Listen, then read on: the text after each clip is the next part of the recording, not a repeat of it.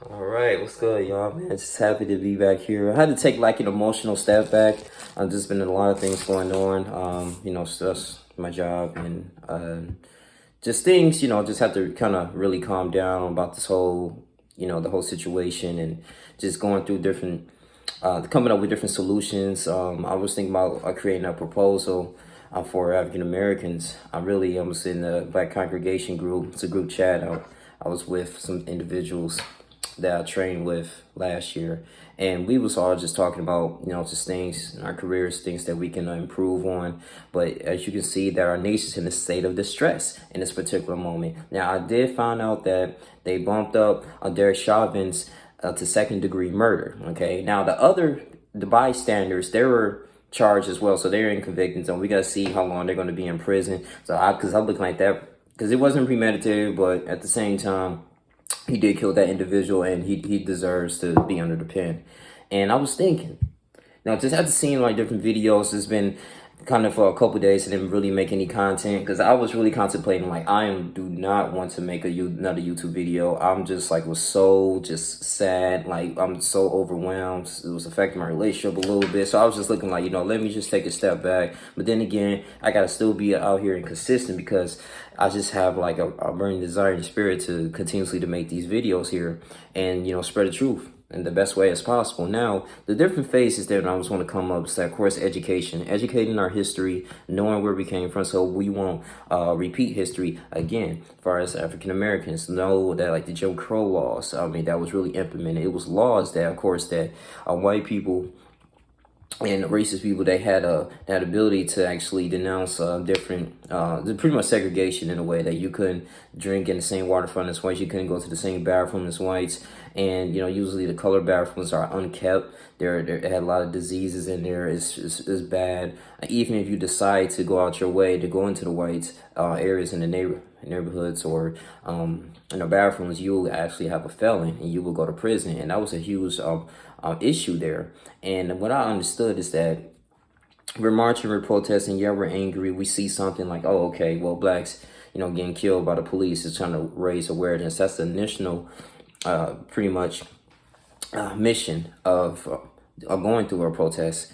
And the best solution is to go down to the legislator, like I said, go down to the Senate and write a proposal like, okay, it should be a law that if you unjustly kill an African American or utilize deadly force on low-level offenses, that you should be under the pen. You should be fired immediately and go to prison for at least for first-degree to second-degree murder, for at least serve from 20 to 30 years, and that shall follow you for the rest of your life. And you won't have the ability to work at a precinct all across America. That should be a law. That should be written, okay? And on top of that, too, the insurance claims that are backed up from these precincts here would be hit. It will be penalized according to the Attorney General. These are things that we have to write because I feel like, we have a direction. We see where we're trying to go. We're upset, and burning things down. But at the same time, though, man, is it really the greatest solution? Because when I see like brothers and sisters doing that, I know that even Target CEO, Target, he was like, listen, I can care less about the bills about Black Lives Matter, and I commend him for saying that. But you got to think about it too. The individuals that decide to do the looting, right?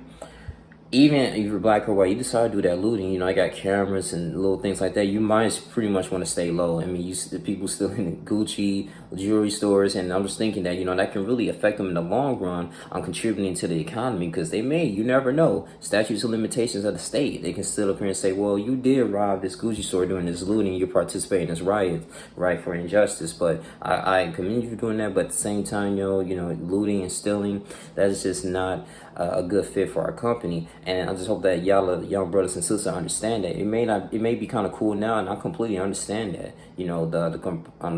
the purpose of looting and rioting, but at the same time, is it really worth your career? Is it really worth your life, especially if you had nothing going for yourself? That's the only downfall. But at the same time, this is what we have to do to wake up America, because hey, maybe we have to get violent, who knows?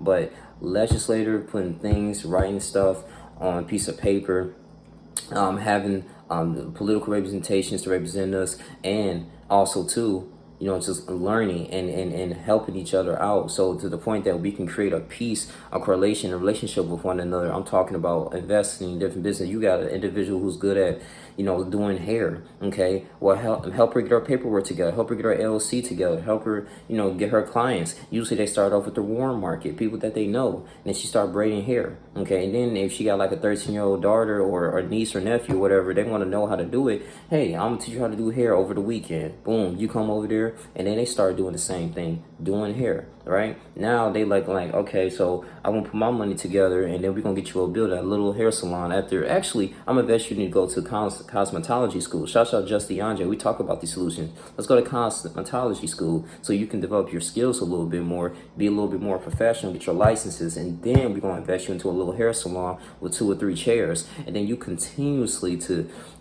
work and circulate that money. You market yourself, and I'm pretty sure it's a lot of talented African American women that can do hair in their own communities, do hair, nails. You got brothers they can do lawn care, landscaping. So if we be continuously to understand and utilize our talents, we can then create a peace relationship with one another and have our money circulate in our own communities, because I believe this is going to be a learning factor for all of this. And I hope we learn that we don't just go back to normal, and then we can't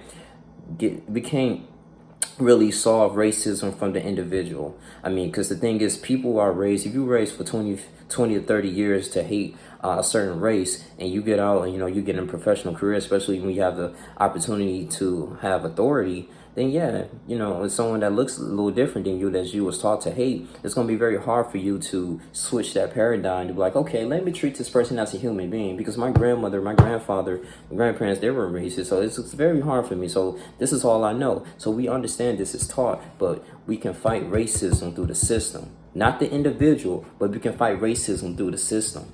And I just believe that, this will be a great message. Even though despite that we lost some people, I heard that innocent people was getting shot with rubber guns. I mean, this young lady, I don't know if she was white or whatever, in Atlanta, she was grocery shopping. She got shot in the head, and it was just, she was bleeding profusely. So, I mean, we have to really challenge, write this proposal that we got to challenge, like, okay, even if you hurt and brutalize like a person, an innocent black person, any person in general, but especially an innocent black person in particular, yes, you should be reprimanded and fined as well. Insurance company should be fined according to the Attorney General, and then you should be removed from your duty position as the officer. Also, too, as bystanders, if you're not holding your police officers accountable if they're utilizing deadly force for no apparent reason, if that person did not have any intent to harm you. Now I'm talking about he had a gun, he run at you with a knife, he doing all these type of things, you should shot and kill him, then yes, you should be reprimanded, and you should be on desk duty or removed from the office. That's what I truly believe. People, just utilize this badge, the police badge, to perform their own agenda. Okay, so we gotta understand, like, state police is privately funded. Okay, we gotta attack those as well. But after just meditating and thinking about all that, I mean, these are different proposals that we have to pretty much go against, just write about. And I hope, like, people, we say, like, Reverend Errol Sharpton, people that's walking behind the scenes that decided not to protest down with the people. I don't know if this is going to die down, but we have to get things on paper. Yeah, if they all go to jail, then okay, yeah, cool, we go back to normal, go back to work. But at the same time, did really anything change? Did we have anything written? Did we have any type of laws? Okay, because think about Javon Clark. He said, look, it can be a Mexicans, right? It can be, actually, it could be a store. Okay, say if I just sell potatoes. I got a store that just sells potatoes, right? And it just says blacks only. Okay, so blacks only for potatoes. So potato store for blacks only. Then I have, I have some white people and some Mexican people. They come in there and like, wait a minute, blacks only, but I want some potatoes. Why you got signs that blacks only? We only serving black people. And I'm the owner. I was like, we only just serving black people. So now they get upset. This is ridiculous, man. After, this is one potato store. After thousands of potato stores across this nation, you're the only one that's just only gonna serve black people. So now they want to protest. Now they want to go on social media down and they hollering. They probably want to riot like, man, this is ridiculous, man. You ain't serving us. Then the government comes. All right, Mr.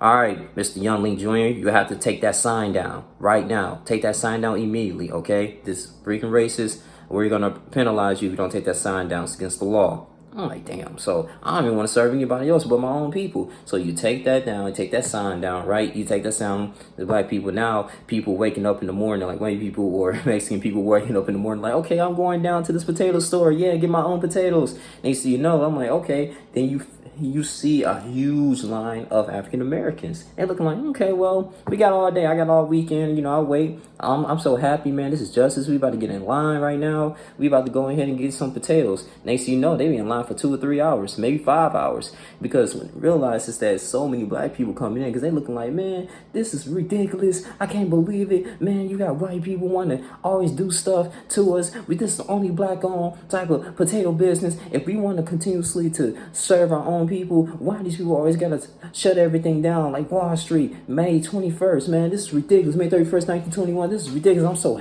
angry, man. No, I'm definitely gonna go down and support Young Lean Jr. So you got black people all lined up. They're looking like, okay, so white people thinking they, you know, they're gonna get eventually served, but what they realize, black people be cutting. So every time it's a black person coming in to that line, is another black person cutting in line. So pretty much the white people that's in line standing to get service are further getting back. They're further getting back. Now they really looking like, this is ridiculous. Like, wait a minute, you know, I mean, at the same time, you know, you serving so many people, your own people, but you're not serving us.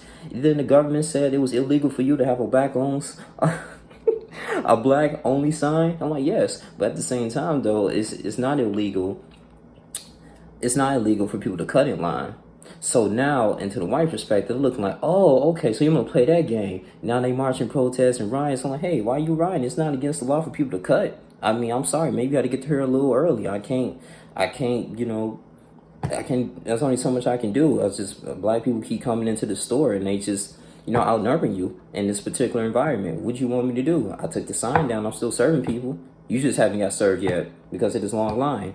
Now they looking like, okay, now they going to the press, CNN come, the news come, and all that stuff. They want to speak their piece and their story. And so this, when it comes to, if there's intelligent, let's go out to the state legislature and to the Senate. Let's write a law that if a black person, you know, cuss in line, cuss in front of you, you know, to get service, regardless of race, they should be in jail. Now that's powerful. That example that I just explained, Javon Clark just, you know, he explained a little bit better, but that example I just displayed there, that's power. That's the only way. If you get things written down through Congress and through the state legislature for our own agendas, and then we have our money that we're making, like, you know, just real estate or anything in our own communities, and we can have somebody represent us and go into the system so they can manipulate laws and it could be in the best for our people. Then I think the police will think twice in killing us. Okay, and then we can have more police officers. So these are one of the solutions and proposals that I want to say. But just take that in consideration, man. You know, marching, protesting is cool. Martin Luther King did it. People in the civil rights movement did it. But you got hit them, you know, with that pen. You got hit them with that pen. You got hit them with the state governors. And I know some black people who might not believe or agree that why we should go ahead and vote. Why vote to a poisonous system? Well, listen, that system, man, you might need some people that can help you get what you need because it's shaping our lives on a day-to-day basis, especially in local elections. But I'm not going to really draw this too long. We just got to put our mind together, put our heads together, man. But that's pretty much all I want to see. And that's what I've been reflecting on a lot of things right now. But these are the proposals and just different phases that I believe that's African Americans should go through. So if you agree with me, please like, comment, subscribe. I want to hear your thoughts. Seriously, man. But, you know, this world is changing right before our eyes. But we got to, you know, learn history, relearn it, and unlearn as well, and to move forward. It's your boy Young Lean. You guys continue to like, comment, subscribe. I'm out. Deuces.